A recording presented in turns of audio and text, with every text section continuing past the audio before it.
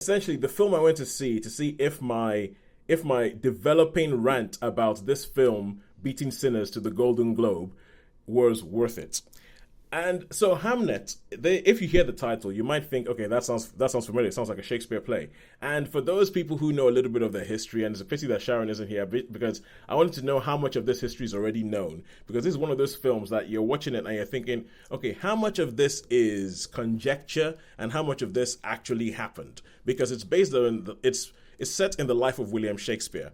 Although the fact that Jessie Buckley is up for all the awards and is seen as the hot favorite to win a Best Actress Oscar for this film tells you that this film is not necessarily focused on Shakespeare. So if you know the story of Shakespeare, Shakespeare lived in the Midlands, in Stratford upon Avon, and he was married. If by the time he went down to London, he was already married. But his wife and children stayed in Stratford. He went out to London to make his fortune, and then would go back and see them and all that. So by the time he goes down, he ends up with 3 kids. He has a daughter, Susanna, a son, Hamnet, and another daughter, Judith.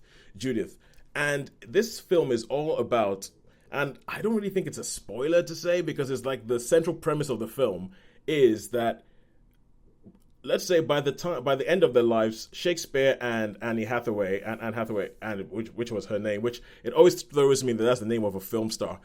So like Anne Hathaway, by the end of their life, they had 2 kids. They had 3, they had 2 kids. So there was a tragedy that befell the family, and it's all about how that then informed his play that has a very similar name to Hamnet, and that's what this film is about.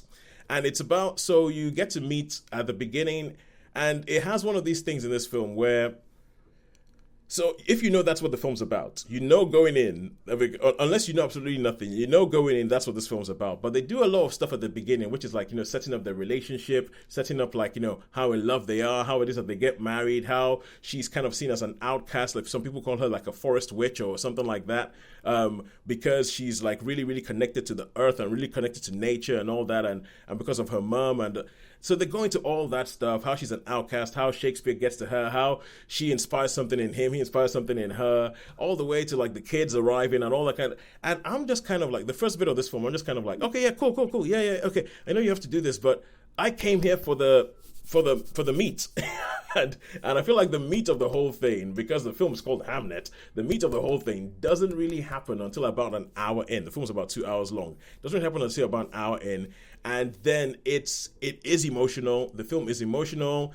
Jessie Buckley is brilliant. Paul Mescal is Paul Mescal. I feel like, I mean, I know he's brilliant, and I know everybody talks about him, but I feel like he's the same in everything, quite frankly.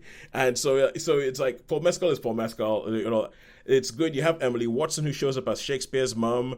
You have they go a little bit to Shakespeare and his relationship with his dad, which is a bit fraught, and the film culminates in a performance of Hamlet in the Globe. And first of all, I do not think it's better than Sinners. let me just go out there. Okay. Let me just go out there and say that. Let me just put it out there. I don't think it's better than Sinners. My money is still on Sinners to win the Oscar, and if this film beats Sinners to the Oscar, it feels like the kind of film people make when they're trying to win an Oscar. So Sean. I was going to say, are the Golden Globes American or English or American? They're American. The Golden Globes are very American. Oh, right, okay. And the thing with this film is like, so do you remember something that kept coming through my head was Titanic. So I remember watching Titanic for the first time, and I remember loving Titanic. But when you go back and watch it again, and when you go back and watch it when you're possibly a little bit more cynical, you can realize how manipulative Titanic is. Like, Titanic is engineered to toy with your emotions, to make you go, and then just here, the music swells, and the music tells you, yes, this is what you're supposed to be feeling. And I feel that quite a bit with this film. So with Chloé Zhao, there's quite a few things that I feel like, I don't think that there's any way you could possibly have known that. I feel like there's no way you could possibly have known that that's what happened, but you've decided to choose something to do it because it has the most emotional impact. Whether it actually happened or not is besides the point. The fact is that it has an emotional impact that makes people cry. That's why you've done that. And I think that bit, they've done it very, very effectively. There's a bit that,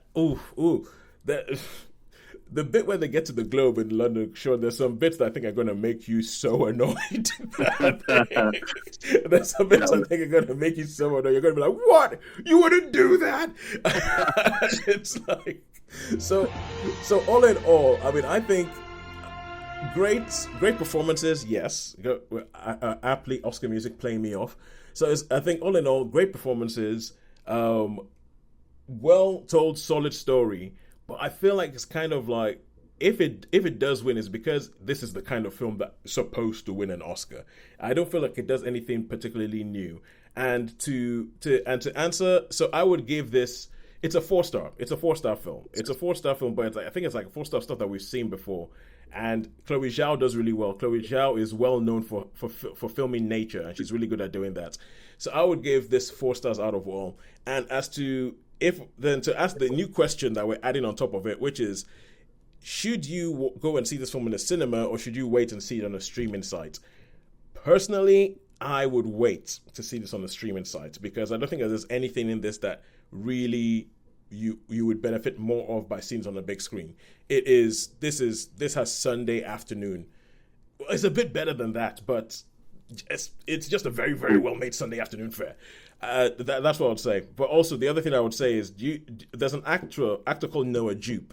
He was a child actor. He's been in a whole bunch of stuff. He was in the Quiet Place movies. He was in Le Mans, or Ford versus Ferrari with Christian Bale and Matt Damon. And that guy, his family, I do not know what they've done in the Jupe family, but it's like they are somehow genetically engineering great child actors. Because the guy who plays Hamnet is called Jacobie Jupe, and I'm pretty sure that's his younger brother. And I haven't had a chance to look it up, but I'm sure that's and great child performance. I think when I talk about the whole thing about the emotional blackmail of making you want to feel something, the kid nails it. So the kid. So I would say great child performance, all that, but that's it. Stay and see it on screen, and it's 4 stars for that for Hamnet.